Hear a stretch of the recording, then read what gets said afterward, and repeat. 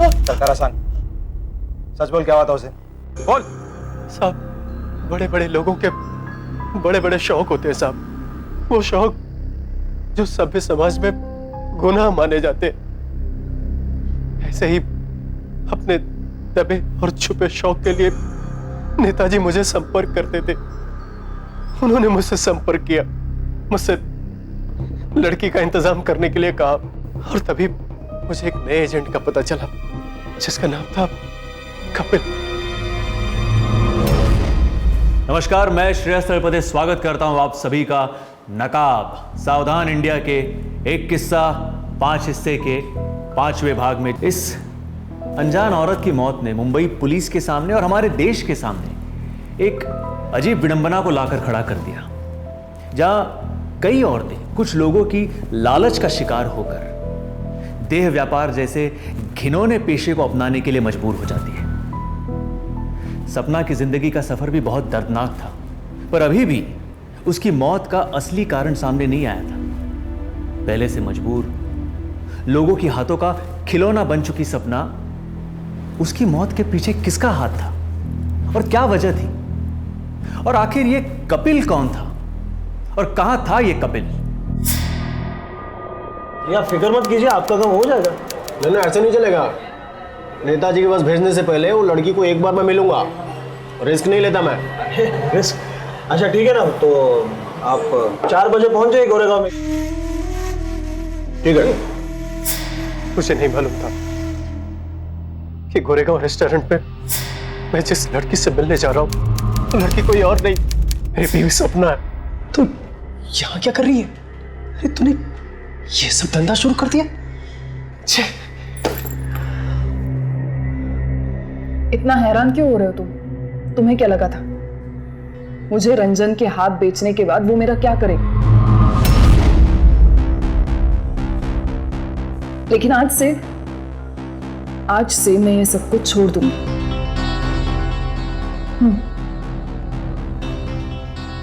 तुम जो मिल गए हो मुझे। मैं जो मिल गया, इस बात का मतलब क्या है? अरे औकात क्या तेरी? मेरी औकात भी आज देख लेना तुम। जा, होता है तेरे जैसे औकात दिखाने वाले।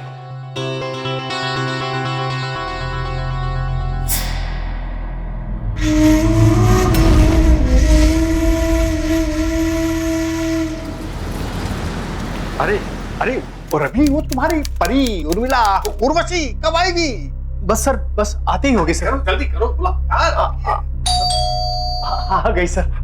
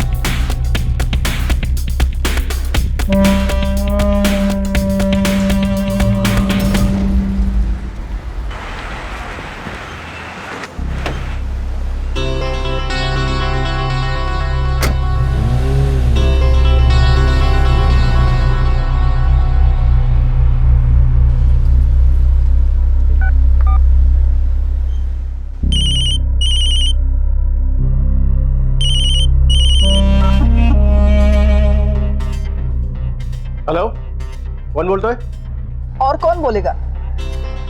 जरा सोच, तेरी जिंदगी में ऐसा कौन है जो तुझे बर्बाद करने के लिए कुछ भी कर सकता है? सपना, सपना तो क्या बकवास कर रही है? बकवास नहीं कर रही हूं मैं। तुमने मुझसे मेरा बेटा छीन लिया, मेरी खुशियां छीन ली, मुझे इस गंदगी में लाके डाल दिया, मुझसे मेरी जिंदगी छीन ली तूने। लेकिन अब बस, अब छीनने की बारी मेरी है।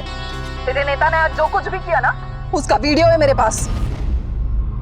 अब जरा खुद ही सोच, जब ये वीडियो मार्केट में आएगा तो क्या होगा तेरे नेता का? वो तो कहीं का नहीं रहेगा, और जब वो कहीं का नहीं रहेगा तो उसके टुकड़ों पे पलने वाला उसका सबसे बड़ा चमचा तू। तेरा क्या होगा? हाँ? सपना तो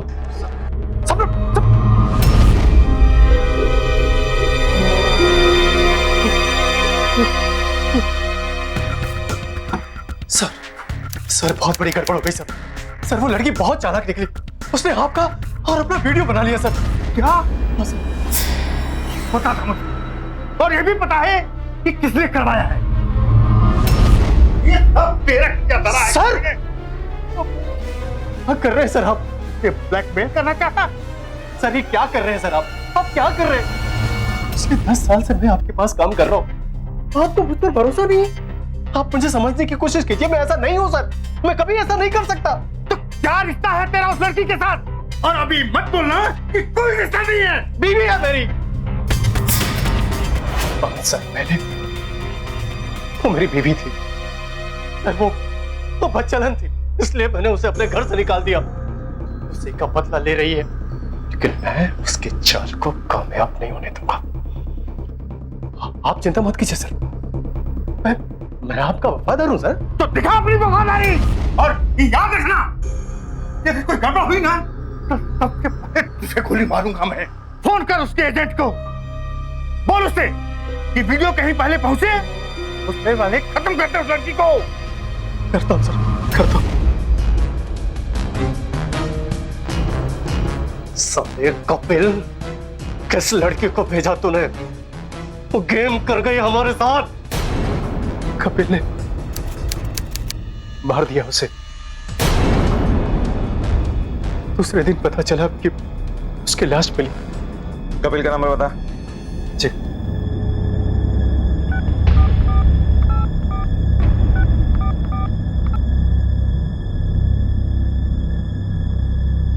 आपके द्वारा डायल किया गया नंबर फिलहाल स्विच ऑफ है। स्विच ऑफ आ रहा है फोन। इस नंबर का लोकेशन ट्रेस करो। ये कपिल से मिला है क्या तू? जी सब, उसी रेस्टोरेंट में जहाँ मैं सपना को मिला था। इसको दोबारा देखेगा, पहचान लेगा? जी सर। एल्बम दे रहे, ये देख, ध्यान से देख के बता इसमें कपिल है क्या? ध्यान से देख, देख देख आगे भी है फोटो, अच्छे से देख। नहीं पक्का? हाँ नहीं है। चलो इसको लेके जा, कपिल का स्केच बना। ठीक है। ये चले चल।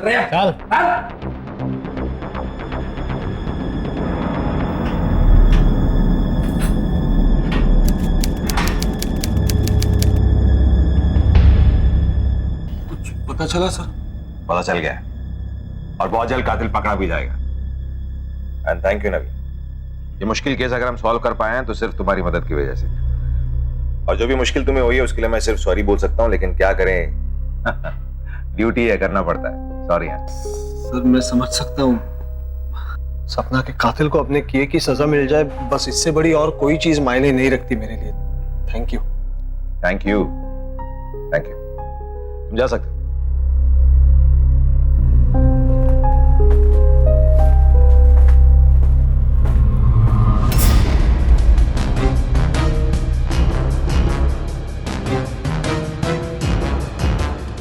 सर नहीं, लोकेशन ट्रेस हो गई है, पनवेल की लोकेशन है। चलो रे, लेकर आते हैं दूल्हे राजा को।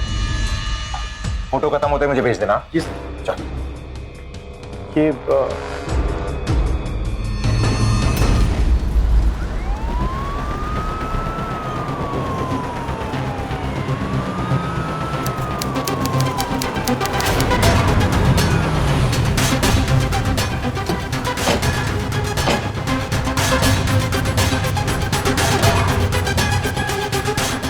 साहब, आप यहाँ? अरे तू सपना के कातिल के बारे में कुछ क्लू मिला है? कातिल यहीं के आसपास रहता है, एग्जैक्ट लोकेशन पता नहीं चल रही। एक बार वो पकड़ा गया ना, उसका खेल खत्म। सर आप उसे पकड़ने के बाद प्लीज मुझे बताएंगे। मैं उसका चेहरा देखना चाहता हूँ सर, जिसने मेरी सपना को या मैं चल सकता हूँ आपके साथ? अरे नहीं, ऐसा अलाउड नहीं है, ऑफिशियल काम है। लेकिन जैसे ही वो पकड़ा जाएगा ना, I will definitely let you know. Thank you sir. No problem. हाँ अच्छा, मिल गया? कहाँ पे? आज के सामने छोटा गार्डन है। कौन सा विंग? हाँ नहीं, हम लोग पहुंच गए।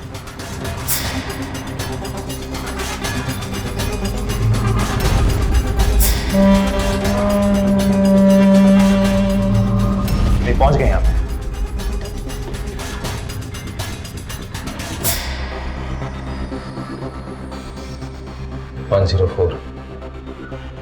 कदम? Yes sir. ये घर पहचान का लग रहा है, इधर कभी आए हम लोग?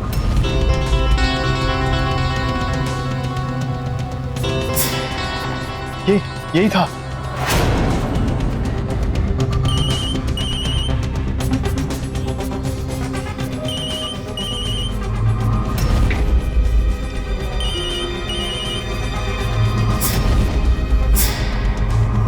सर कहीं ऐसा तो नहीं कि मोबाइल घर में है और घर में कोई ना हो? तोड़ दो दरवाजा।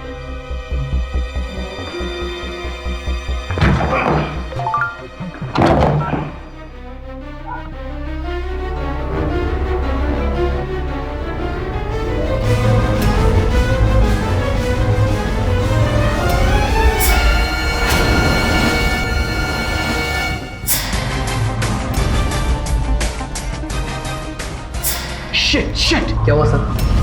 नवीन ही कपिल है। मतलब डॉक्टर नवीन हमें धोखा देता रहा। ये घर नवीन का है और वो तो अभी भी निकला है। पकड़ो उसे। शिट।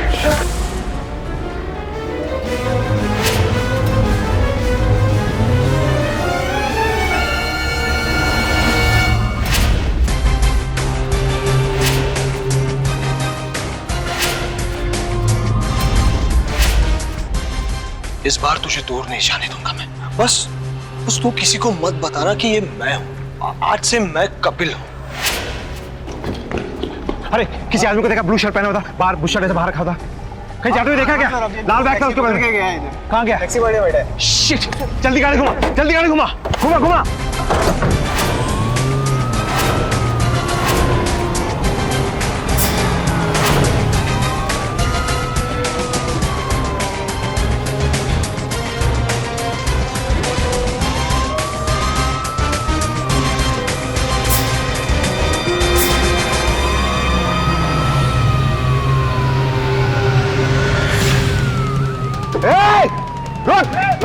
रोक गाड़ी, रोक गाड़ी।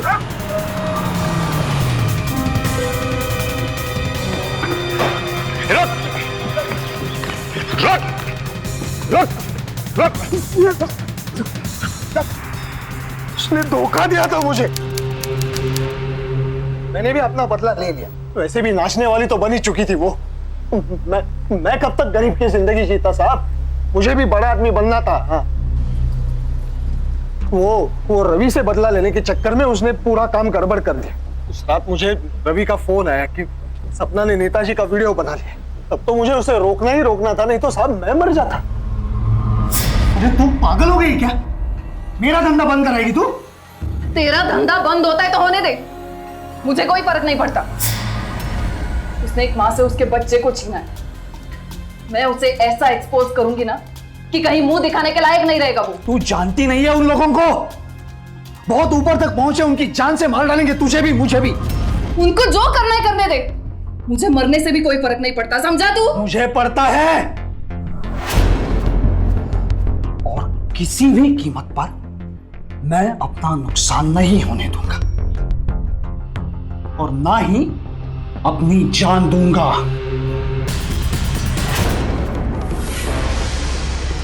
साहब साहब एक औरत की जान बहुत खतरे में है, गोरेगांव में आरे कॉलोनी में। प्लीज आप जल्दी जाके उसे बचा लीजिए, प्लीज प्लीज जल्दी कीजिए साहब। ये तो मैं जानता था कि सपना को मारने के पीछे बहुत से लोगों का मोटिव हो सकता है, बस उसकी कहानी सबके सामने लाना जरूरी था। तो इसीलिए सपना की फोटो पेपर में आने के बाद मैं खुद आपके पास चला आया। सलमा और पिंकी को क्यों मारा तूने? उन्होंने क्या बिगाड़ा था तेरा? बस उस दिन जब मैं पुलिस स्टेशन में आया, तुम कहीं मत जाना, जस्ट वेट हियर। लेकिन सर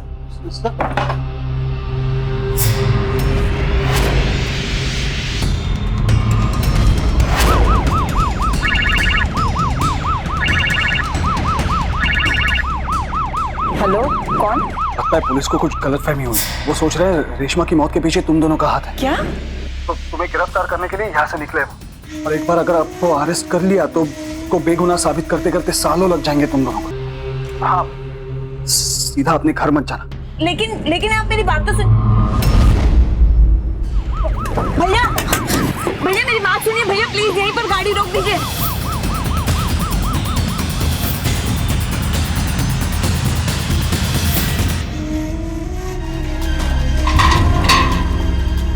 ओ साहब सुनो, साइन करके तो जाओ।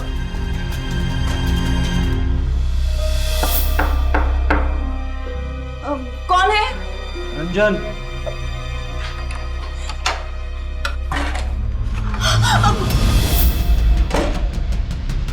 देखो तुम यहाँ क्यों आए हो? इसलिए उस दिन जब हम तेरे घर पर आए थे तो हमसे छुप के भाग रहा था, इस डर से कहीं सपना के केस में नहीं तो सलमा और पिंकी के मर्डर केस में हम तुझे पकड़ ना ले, है ना? कदम। Yes sir. इसके घर की तलाशी लो, वीडियो टेप्स वहीं से मिलेंगे। उसके बाद नेताजी को पकड़ने की तैयारी भी करो। Yes sir.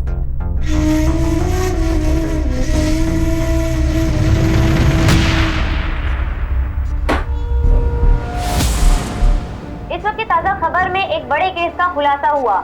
मुंबई से नागपुर और नासिक तक में फैले इस केस ने सेक्स स्कैंडल में फंसी उन तमाम लड़कियों की असलियत को उजागर किया है। नवीन उर्फ कपिल को और उसे जबरदस्ती देह व्यापार में डालने के लिए the immoral traffic prevention act 1956 के तहत उम्र कैद की सजा सुनाई गई। रंजन को सपना को बार डांसर बनाने के जुर्म में और उसे प्रोस्टिट्यूशन के लिए फोर्स करने के जुर्म में the immoral traffic prevention act 1956 के तहत 7 साल की सजा सुनाई गई। रमेश और रवि को सपना को खरीदने और बेचने के जुर्म में आईपीसी सेक्शन 370 के तहत 7 साल की सजा सुनाई गई। साथ ही रवि और पॉलिटिशियन अंबरनाथ को सपना उर्फ रेशमा को फिजिकली एक्सप्लॉइट करने के जुर्म में आईपीसी के सेक्शन 376 के तहत 3 साल की सजा सुनाई गई। आज के जमाने में हमारे देश में जहां एक तरफ औरतों के अधिकारों की बड़ी बड़ी बातें की जाती है, उनकी सुरक्षा की बातें की जाती है, उनको बराबरी का दर्जा देने के लिए आवाज उठाई जाती है, वहीं दूसरी तरफ इतने सारे मामले सामने आ रहे हैं जहां औरतों पर अत्याचार किया जाता है, उन्हें ऐसे काम करने पर मजबूर किया जाता है जो कोई भी महिला कभी भी करना नहीं चाहेगी। एक किस्सा 5 हिस्सा की ये कहानी ऐसी ही सोच का प्रतिबिंब है, जहां पर सपना जैसी एक मासूम लड़की को उसी के अपनों ने अपने फायदे के लिए एक ऐसे नर्क में झोंक दिया जहां से वो कभी भी वापस नहीं आ पाई। पर इसी के साथ हम इंस्पेक्टर जादव जैसे कर्मठ ऑफिसर को सैल्यूट करते हैं, जिसने सपना की जिंदगी को ना सही पर उसकी मौत को इंसाफ दिलाया। इसी के साथ मैं श्रेयस तलपदे आपसे विदा लेता हूं। फिर मुलाकात होगी। सावधान इंडिया, सुरक्षित रहिए, सावधान रहिए। नमस्ते।